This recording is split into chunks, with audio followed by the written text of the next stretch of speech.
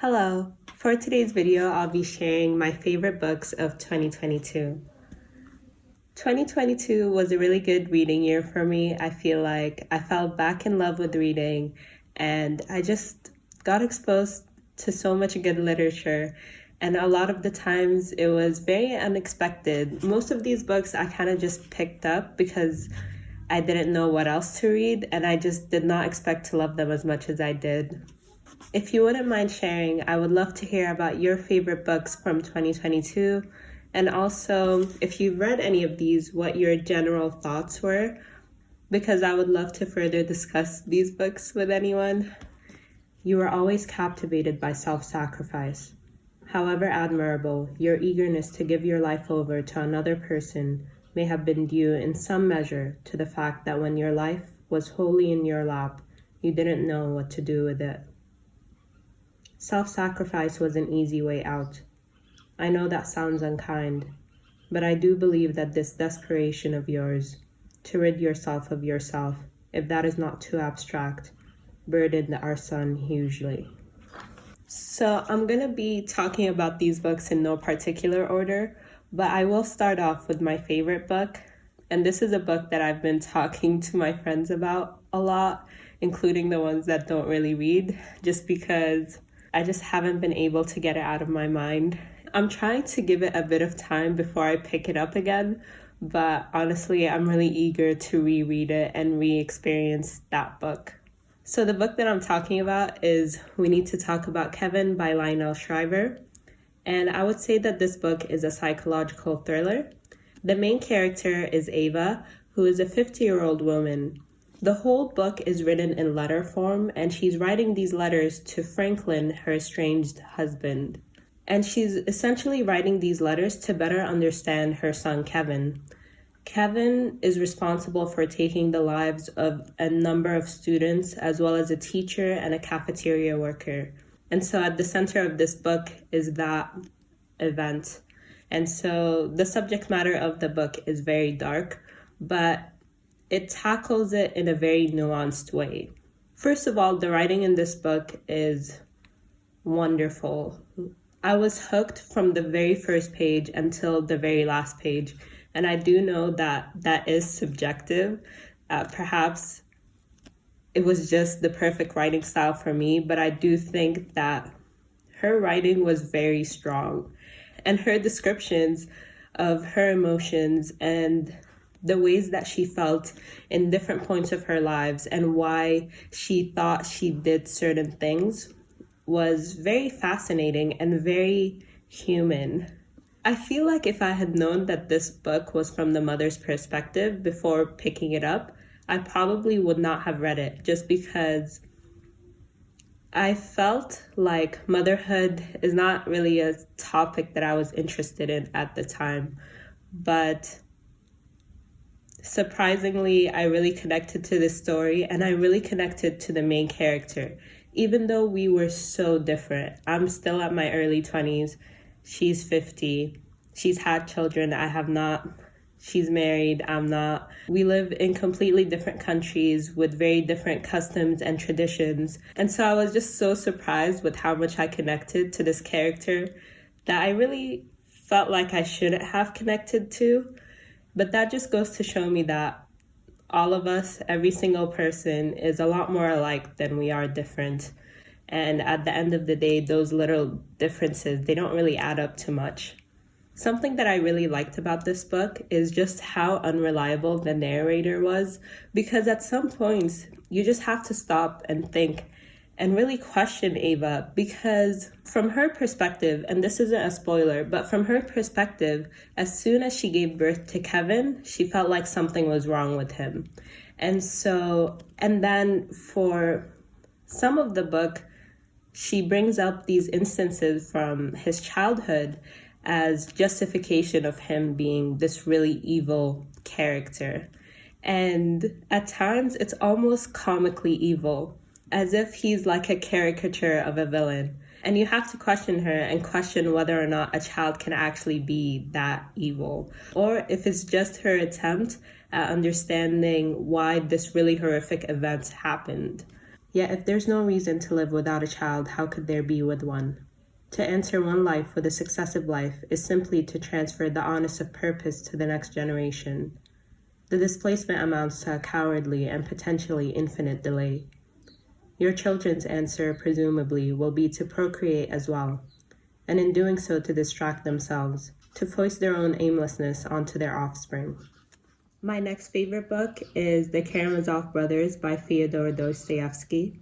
This is my first Dostoevsky novel, and it definitely won't be my last, because I did not expect to enjoy this book as much as I did. If I were to explain the story in very simple terms, then I would say it's a crime story, and it follows the murder of Karamazov. And essentially, at the center of this story are the Karamazov brothers. There are three, Ivan, Dmitry, and Alexei, and all of them are very different from one another, but still equally fascinating and interesting to read about. So the book discusses a wide range of topics. It discusses guilt, God, love, amongst other things. What I really liked about this book are how character-focused it was. I believe if you're like me and you really like character-driven stories, then you will love this book. Even though it was challenging to get through, but it was a challenge that I really enjoyed doing. My dad has always recommended Dostoevsky to me, but I felt like he would be too challenging for me, especially as just a medicine student, since I don't study anything relating to literature, so perhaps a lot of the things would have gone over my head, but I don't think that's the case. I'm not saying that I got all of the references, especially the historical references within this book, but I still had a lot of fun. I found it very funny.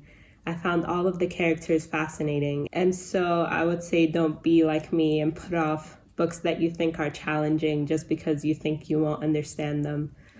Just try, go for it, and you might end up with a new favorite book. I'll leave you with one of my favorite quotes, and a quote that has stuck with me ever since I first read it back in February.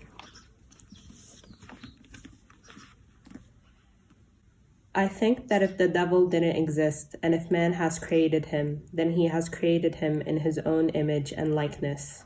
And that is a quote said by Ivan, which was one of the characters that I found most interesting, I would say. Next book is Monsters of Men by Patrick Ness. This is the final book in the Chaos Walking trilogy. It's set in a dystopian world where all of the thoughts of other men you could clearly visualize. So whatever it is they're thinking, you could actually see.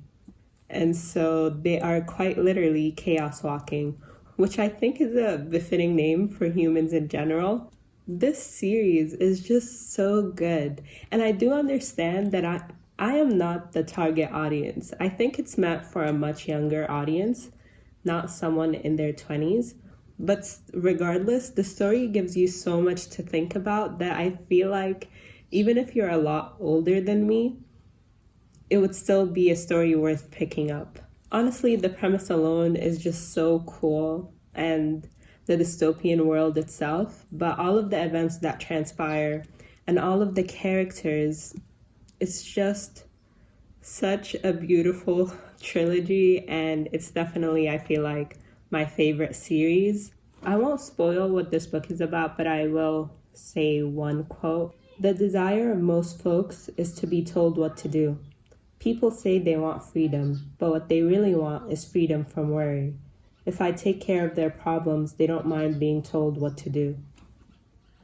My next favorite book is Sapiens, A Brief History of Humankind by Yuval Noah Harari. I would say that this book is for people like me who don't know much about history and civilization and how civilization came about. His explanations are great, and they are pretty simplistic, but I do think that that is necessary as an introduction, just because if he were to explain everything fully, then first of all, the book would be a lot longer than this, and it would also exclude a big portion of the population. And I do think that the point of this book is to reach a wider audience. And it is written in that way. It doesn't use a lot of jargon. And so the average person can pick this up and learn something from it and understand what's being presented. That doesn't mean that what's being presented is 100% accurate, because I do think the author has had to simplify things again so that he can reach a wider audience. But I do think that it is a book that most people would find really interesting and learn a lot from. I already thought that I didn't know much about the history of humans, but after I picked this book up, I really understood that I was not even aware of how much I didn't know. We study history not to know the future, but to widen our horizons, to understand that our present situation is neither natural nor inevitable, and that we consequently have more possibilities before us than we imagine. My last favorite book is The Essential Tales of Chekhov, another recommendation by my dad. And essentially, I made an entirely separate video on why I really like this author and some of my favorite short stories. But briefly, the reason why I really like Chekhov's writing is because he has the ability to perfectly depict the magic in the mundane, I would say. And all of the things that he talks about are things that all of us experience to a certain extent. I'll read 2 quotes and just leave it off at that. This is an excerpt from The Grasshopper. Beside her was standing Ryabovsky, telling her the black shadows on the water were not shadows but a dream, that it would be sweet to sink into forgetfulness, to die, to become a memory in the sight of that enchanted water with the fantastic glimmer. Inside of the fathomless sky and the mournful, dreamy shores that told of the vanity of our life and of the existence of something higher, blessed and eternal. The past was vulgar and uninteresting. The future was trivial. And that marvelous night, unique in a lifetime, would soon be over, would blend with eternity. Then, why live? This is an excerpt from Enemies. I believe that never in their lives, even in delirium, had they uttered so much that was unjust, cruel, and absurd. The egoism of the unhappy was conspicuous in both. The unhappy are egoistic, spiteful, unjust, cruel, and less capable of understanding each other than fools. Unhappiness does not bring people together, but draws them apart. And even where one would fancy people should be united by the similarity of their sorrow, far more injustice and cruelty is generated than in comparatively placid surroundings. These are all my favorite books of 2022, and thank you for watching. I hope you had a great year.